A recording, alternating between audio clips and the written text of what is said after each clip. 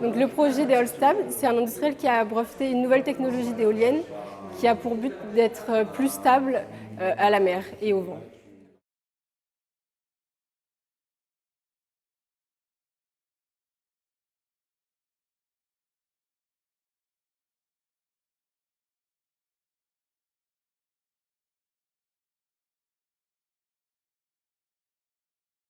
Et Eolstab a fait toute la partie théorique et ils nous ont confié la partie pratique avec les expériences en bassin pour analyser sur un modèle réduit si ce qu'ils ont mesuré en théorie va marcher. Donc la première étape, ça a été déjà de voir pour le cas réel, c'est-à-dire le prototype, où il serait installé et à ce moment-là, quelle est la profondeur d'eau, quelles sont les conditions de houle. À partir de ces houles, ce qu'on appelle le houle de projet, donc, ils en déduisent la faisabilité de l'étude en modèle réduit dans le bassin d'essai. Et donc là, dans ce cas, le modèle a été fait à l'échelle 1/100. Donc ça, c'est pour la partie forçage hydrodynamique. Et puis après, pour la partie éolienne, là c'est pareil, il y a des lois d'échelle à respecter pour être similaires par rapport à la réalité. Et donc ils ont travaillé sur la détermination des caractéristiques de la maquette, à savoir sa géométrie, son poids, sa répartition des masses, pour être le plus possible fidèle à la réalité.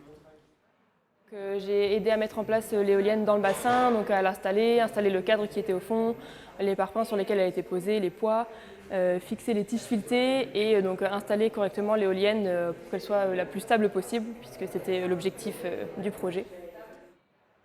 On plonge le modèle dans le bassin, on le fixe avec les bons ancrages, on a dû aller dans l'eau pour le fixer et ensuite on a envoyé différents types de vagues avec le batteur de Citec.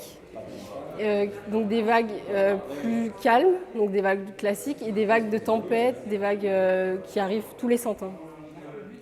Et on a aussi une partie modélisation qui s'est organisée dans notre université et une partie des calculs a été donnée à une entreprise Principia, donc auquel on va pouvoir comparer les efforts qu'on a trouvés donc avec nos essais expérimentaux et donc la modélisation. En fait, le problème c'était que sous l'action de la houle, la maquette, donc l'éolienne a des mouvements d'oscillation. Et en fait, le but, c'était de minimiser par ce concept les mouvements d'oscillation, donc pour optimiser à la fois l'efficacité de l'éolienne d'un point de vue transfert d'énergie, et aussi moins elle bouge, moins elle se fatigue, moins il y a des problèmes donc, de maintenance, et donc pour optimiser aussi sa durée dans le temps. Je pouvais voir en direct quels étaient les efforts dans quel tendon. Et ensuite, ça nous a permis de changer les configurations des ancrages, c'est-à-dire des fois on les a mis à la verticale sous l'éolienne. On a aussi décidé de les incliner avec un certain angle. Et aussi on a finalement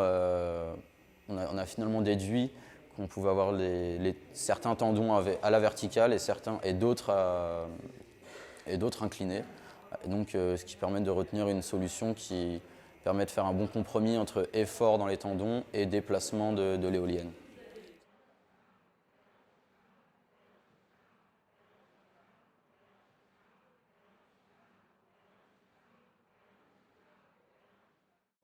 Donc avec le traitement des vidéos, on a pu observer que les déplacements correspondaient bien à ce qu'avait mesuré en amont l'industriel et que la technologie, a priori, apporte quelque chose et permet de stabiliser davantage le flotteur.